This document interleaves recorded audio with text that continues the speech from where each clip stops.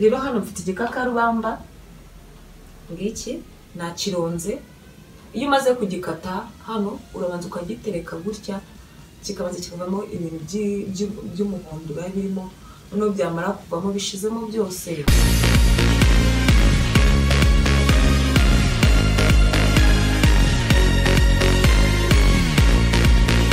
Ndabashuguje cyane. Uyu munsi tugiye kuganira nkuko turi kubivuga, tugiye kuganira uburyo ushobora kugira mu maso hasa neza kandi mu maso yawe hagasa neza ukoresheje igikakarubamba. Hari abantu rero babyumva bakumva ko ngo gukoresha igikakarubamba bishobora gutuma bagira mu maso hasa neza, ariko ukaba utazi aho uhera. Hari n'ububyumvishe bwa mbere rero.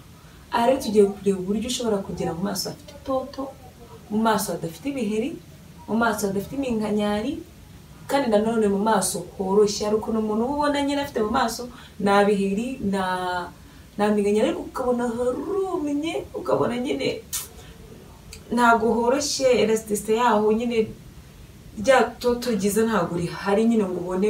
Urabona nk'iyo urebye umubebe mutoya ubona nyine mu maso bitama bimeze wabona wanabikurura, ubona byoroshye nyine, ubona ari sawa. Rero niho tugiye kureba, tugiye kugira mu maso nyine hameze neza ku buryo umuntu azajya kureba azajya avuga wow, namwe afite rwose uruhu rumeze neza. Rero mbere yuko dukomeza ndagira ngo mbasabe mukore subscribe.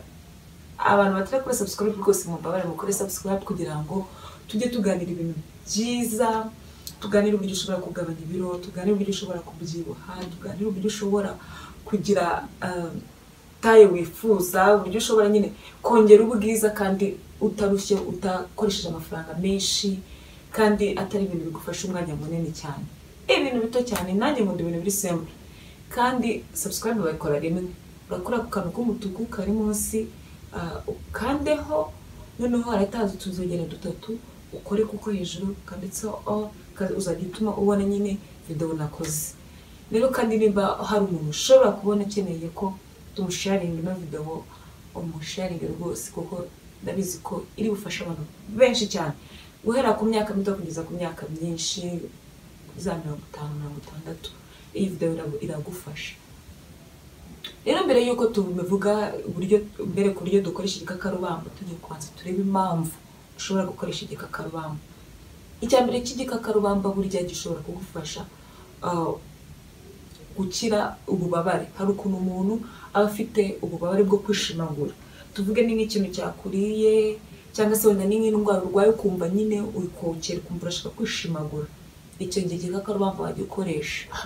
Cyangwa se wenda nimba ufite kumva hari ukuntu umuntu aba yumva afite amavunane ameze nabi, icyo gikakarubamba wagikoresha. None kumva umuntu ufite igisebe, nimba ufite igisebe wakomeretse, aho waguye, cyangwa se wenda hari wikase, igikakarubamba gifasha komora igisebe kandi kigatuma hakirana vuba. Ikindi nanone ni uko umuntu ashobora kuba yahiye, nimba urahiye kwa kundi uratetse urahiye, cyangwa se wenda wimennye ikintu gishyushye, ufite agakakarubamba hafi aho, uhita ugafata ugasegaho, kwa kundi wumvaga hokera n'iki birashira, kandi nanone nta nubwo ugira ikintu cyo kuzabyimbirwa, kwa kundi ubyimbe ubone hajemo ibintu by'amazi, ntabwo bibaho. Igikakarubamba rero murumva ko ari umuti ku muntu uramutse ufite ibyo bibazo byose. Nanone igikakarubamba rero uburyo gifasha umuntu mu maso, icya mbere cyo gifasha umuntu ufite uruhu ruvuvuka, kuko ufite uruhu ruvuvuka, uruhu rwumagaye, iyo usize igikakarubamba bituma rwa ruhu rwawe rwongera rukasubirana itoto ryarwo, ugasanga nyine kwa kundi wavukaga. Ariko umuntu aba yavutse anakisiga makeup ugasanga ntabwo ziri kumufata. Rero iyo wisize igikakarubamba birashira, wakongera akisiga ka makeup kawe ugasanga urakeye. Icya kabiri rero ni uko iyo wisize igikakarubamba ufite kwa kundi usanga umuntu afite ikibazo cy'uko hano munsi y'amaso haje ibintu bibyimbye. Ku bantu banywa inzoga, ku bantu barara amajoro, ku bantu barwaye, usanga bakunda kugira ibi bintu nyine byo munsi y'amaso bibyimbye, ndetse n'abantu bakuze. Rero iyo usize igikakarubamba bya bintu birashira nyine, ugasanga harakeye, umeze neza.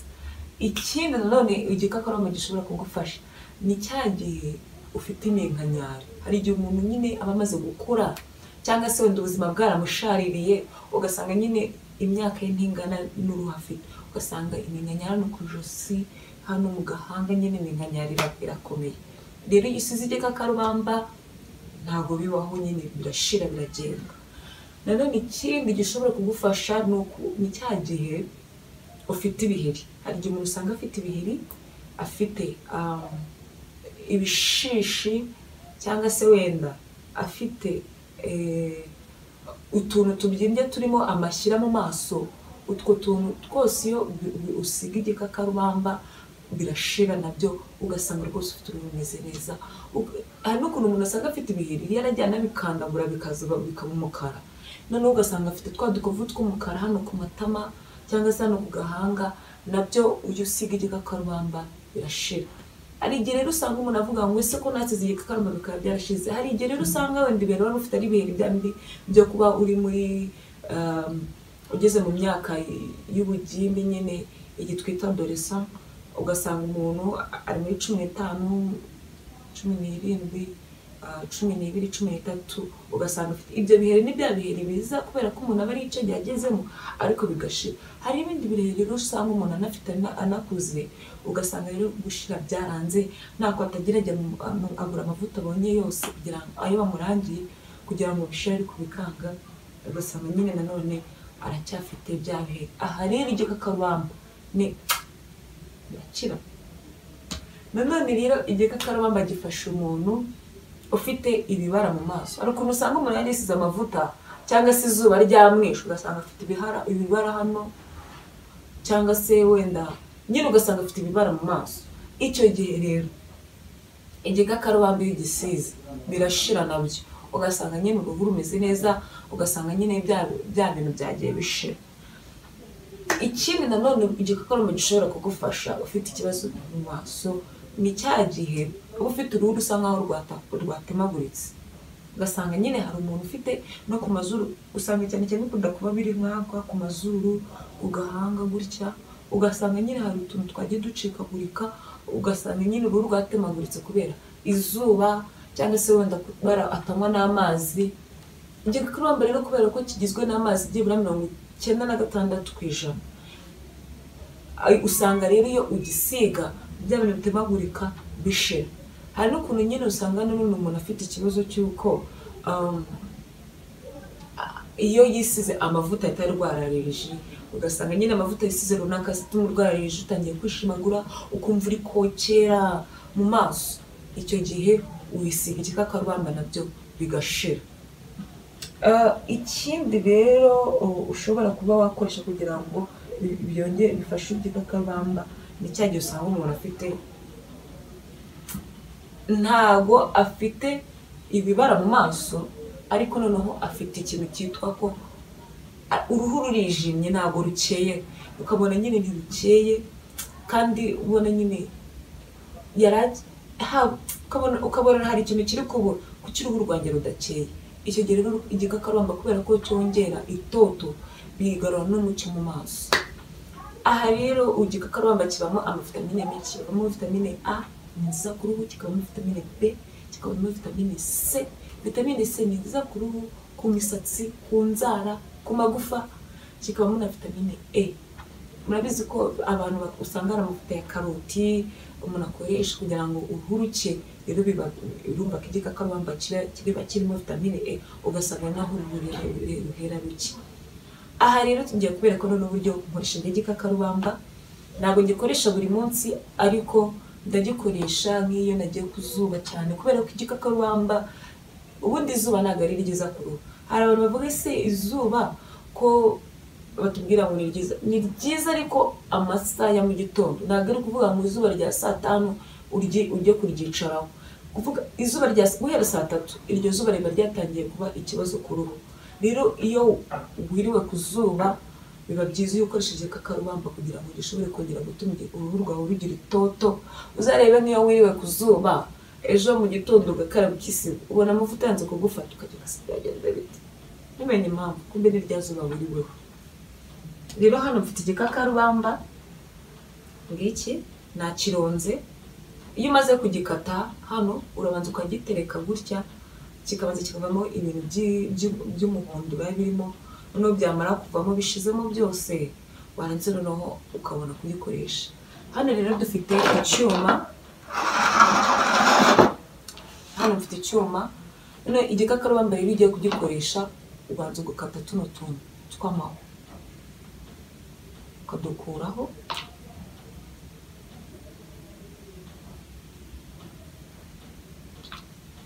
kudukuraho.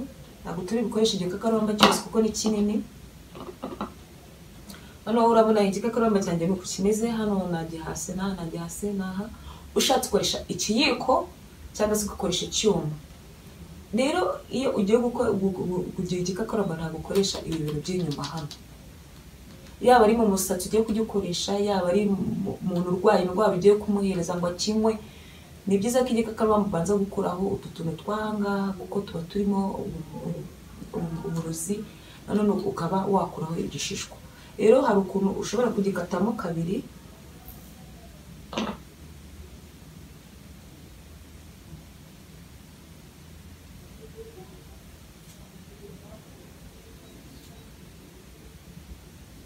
ukagikata gutya kabiri, urabona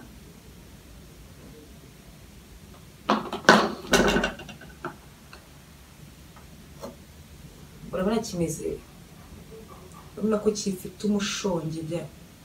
Uyu mushongi rero niwo tugomba kwisiga, cyangwa se ugakoresha ikiyiko ukabikuramo. Aha rero ushatse iyo ufite blender urabifata ukabishyira muri blender ukabiblendinga ukabibika muri firigo, cyangwa se wenda ufite agasekuru ukabisekura. Ariko ngiye kuko ngiye kugikoresha mu maso ntabwo ibyo ndi bubikore. Ndagifata rero nkagisiga,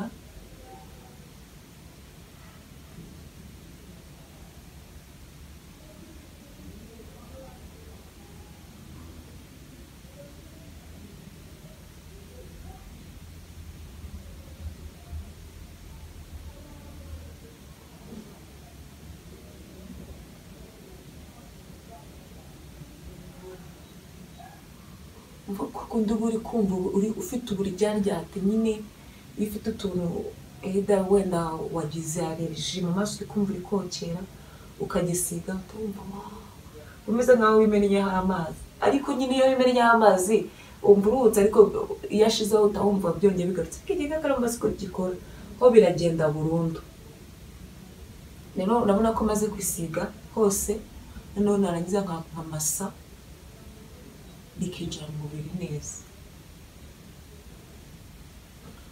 Bishatse nsiga no ku munwa, cyane cyane iyo maze iminsi ufite iminwa yumagaye. Iyo umaze iminsi usiga makeup ugasiga rouge à lèvres, hari ukuntu iminwa igira ikavubuka. Rero usiga no ku munwa.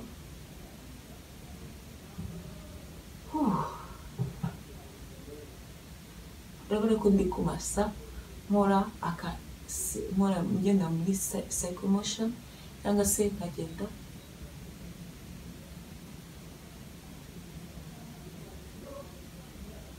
hano munsi y'amaso nyine naho ukagenda uhakora ku gahanga cycle motion.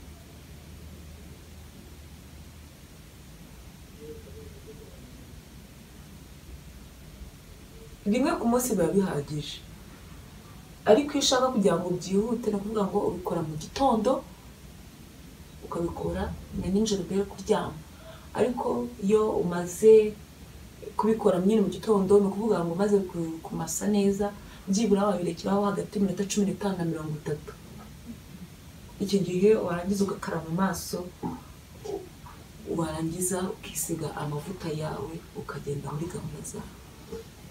Noneho njye nijoro hari ukuntu njye mbigenza nkakirarana, ariko kuko njya nyisiga nkumva utuntu turi kumvura nyine kumva turi kumurya, hari ukundi ukuntu njya mbigenza. Murabona ko bimaze kumuka, bimaze kumuka neza.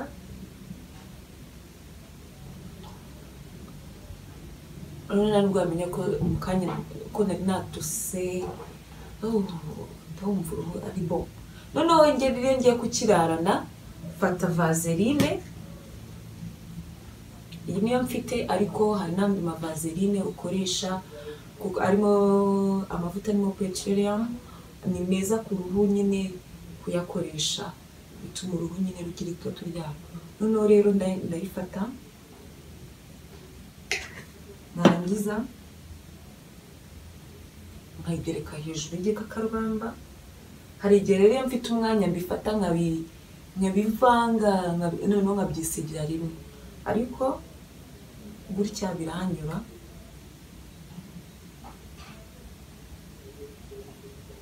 Noneho narangiza nongera nkakora akamasaje.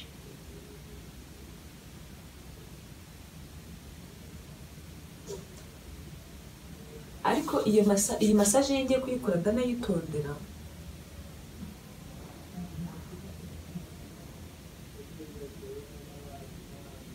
ngera no ku ijosi.